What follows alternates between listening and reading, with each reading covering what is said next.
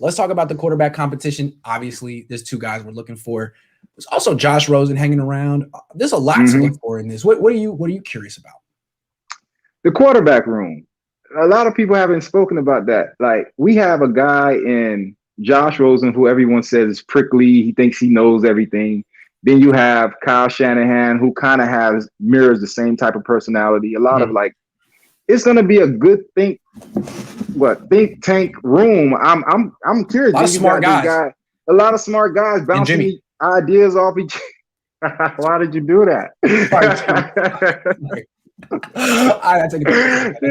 was just hanging out there. I couldn't. Sorry. I mean, Jimmy can learn a few things. No, okay, all right. Let me stop. Sorry, Jimmy. Yeah. All right, but yeah, like, I'm just curious because you're gonna have a bunch of guys just sitting there on the quarterback room, just going steel sharpen steel. So yes. Basically, it's gonna be a quarterback room filled with a bunch of intelligent guys who are going to like game plan things out, and they're going to work with each other, hopefully, because I don't really see an issue where it should be any type of friction. Everyone knows their position almost, except for Josh Rosen. I'm still not sure how it's going to shake out between him and Josh. And Josh Johnson. Johnson. Why is Sudfeld on this team? I think Sudfeld's here to be on the practice squad. I think they like the way he prepares during the week mentally. And that's okay. You be on the practice squad and run the scout team. Because, like, do you really want Josh Rosen running the scout team? You're supposed to be developing Josh Rosen. You know what I mean? Like, he has upside. I don't know. And plus, people question his commitment to the sport. So how good of a job is he going to do on the scout team? I don't know. Although he was a practice What are you talking about? Josh Rosen's commitment? Rosen, yeah. To me, Sudfeld is a clear practice squad guy. Like, you're never going to be a player in this league. You really are terrible. But you can practice. My God. I was like, this is the guy they brought in to lose a game. Like, wow. That's what I'm saying. You can't play him. Rosen has 16 starts. Sudfeld has 37 throws, and he was almost like the guy they put in to lose on purpose. My question real quick is, do you think Rosen will be on the team in training camp? He should be. In my opinion, like, the two guys you got, there's no way they're not even scratching the surface that Rosen is. So to me, what Rosen is more about attitude. It's never been about talent with him. Can he buy in? Can he sit there and say, Kyle, I bow, you're the master. You feel me? Yeah. Like, teach me. I all know. Like, that's all it is with him. What if he does all that and still doesn't get a chance? I mean, that would be rough. He was on a practice squad, 2 practice squads all last year. He never said a word. He's been learning this offense for a while. I'd like to see him get a little opportunity, at least in OTAs. Give him a chance. I think he will. I think preseason, we're really going to see if Rosen is going to be on this team or not. I really think he's going to show people something in the preseason.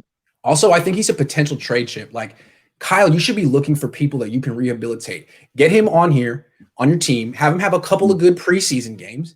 Trade him. Because people will be like, oh, well, he played for Kyle. He played well with Kyle. Maybe there's something there. But do you think at this point people will buy? Like, how many teams now? Like, if the Packers could trade freaking Matt Flynn for whatever they got. I mean, I think the Niners could get something with Josh Rosen if they. I don't know. But I don't know. Enough. But remember, Matt Flynn, it was off of one game. He went. That's what I'm saying. That's what I'm saying, man. Just a couple of good appearances on the night. People like, maybe we wrote off Josh Rosen a little too soon. He never played for a good coach or a good team, this and that. But enough of Rosen. We're talking about Lance and Garoppolo. Let me ask you like this: do you expect it to be a legit competition, or do you think Jimmy's going to get all the first team reps? I mean, it should be. You drafted the guy. You got to see what he got. And at first, I was buying into the whole. I'm not even paying attention to what York's talking about. He's going to sit for 2 years. That's not happening. If he shows something, he has to go in there because he's already been out of football a year. And, the game, it gets faster and faster the more removed you are from it. You have to get in there. You got to get into the mix. So, for me, I need him into the game, but I would put a legit competition out there. Make it so that the locker room knows we didn't just give it to the rookie. The rookie beat him out. And make Jimmy even have to be like, well, he beat me out. Like, Jimmy has nothing to stand on. So, because if you don't do it like that and the rookie looks shaky and you still give him the job, but Jimmy was better in practice, what message are you sending to your team? Because that's right. nobody cares about the quarterback competition. Only the fans do. We're trying to win a game, and we want the best guy in there to win the game with us. So if this guy could play and he's better with us in practice, but you want to start the rookie because of PR or what the fans are saying, we're not buying that. And you're going to see that in the play. So you always play the best guy. That's why I always love straight up competition. Let it shake out. When Russell Wilson got drafted, go ahead. My bad. No, go ahead. You're on a roll. You're on a roll. Yeah. When Russell Wilson got drafted, somebody in that organization saw what I saw, and they were like, yo, nobody took Russell Wilson. Take him. But we just paid Matt Flynn. They're like, I don't care. I think he could beat him out. And they let a straight up competition happen to the point they got Tavares Jackson out of there. They had people there, and Russell beat them all out. Here's the difference, though. And it's tricky. Let's say there is a legit competition in practice, and Trey Lance is better. From all accounts, completes more passes, has a better impression, leaves a better impression than Jimmy Garoppolo. It's still only practice. And Jimmy's been on this team for 4 years, and he went to a Super Bowl, and his record is 22-8, and his quarterback rating is 98. So if they say Jimmy lost a competition in practice, and then Trey goes in, and he isn't as good in real games as he is in practice because he's going against other defenses. It's a different environment. And he struggles like a rookie does. What do you do then? Do you bench him? Do you go back to Jimmy? That's what can't happen, right? No, that cannot happen because what's going on. That's going on with Tua, but to a lesser extent because they got the guy out of there. Exactly. I mean, yeah, you can get rid of Jimmy next year, but this year it'll hurt you. He has to give this job away. He has to go out there and lose and play poorly. And there has to be, like Niner fans saying, it's Trey time. Otherwise, if you do it too soon, a lot of bad things could happen. Good things could happen too, but the worst case scenario could happen. Yeah. That's why the whole thing about him being on the team is still is attractive to me because at the end of the day, like you just said, 2019, the guy, as long as he starts, as long as he's there, you have a winning quarterback. You have a winning team.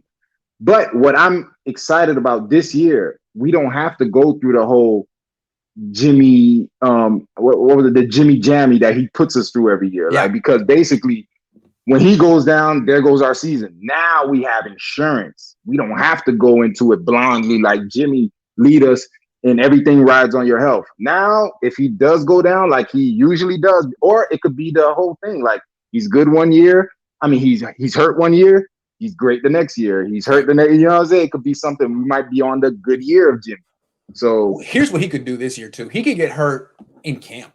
I mean, he could get hurt in preseason. He could do, I mean, he's always out. So he could just give this job away. Also, if he stays healthy and loses week 1 to the Lions and struggles in that game, Trey Lance will be the starter week 2. Man. And high stakes for Jimmy. That's a trap game. I keep telling people that. I agree. Why do you think so?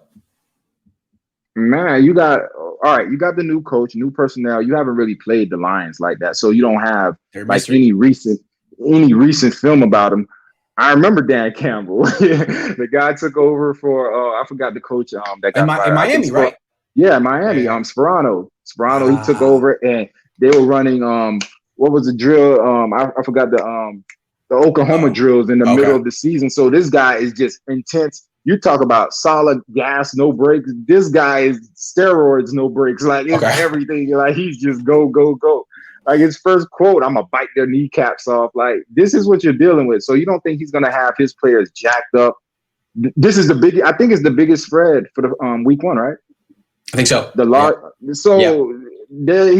goes your bulletin. No one believes in us. Us against the world. No one believes. San Francisco, go ahead and crown them. That's what we are, and that's another part about this season that's kind of tricky. Since we got Lance and all this publicity this offseason, it's crown the 49ers, and that's dangerous. You don't want to like start reading your press clippings. Like that's right. You still got to work this out. No one was crowning the Niners in 2019. In 2019, the most optimistic projection was like 9-7 preseason. Like, exactly. I think they could be 9-7. People are like, whoa, hold on. Yeah, so that's where they were. Iron Niner says Lance in a read option package is dumb. DC's plan for that. Just like Young, a pocket passer with mobility that can improvise is a devastating weapon. Yeah, I mean, this guy was the number 3 pick in the draft. They spent 3 first-round picks on him. They didn't bring him in here to be a wildcat quarterback. The idea is to have him be someone who can do everything at a high level in a few years.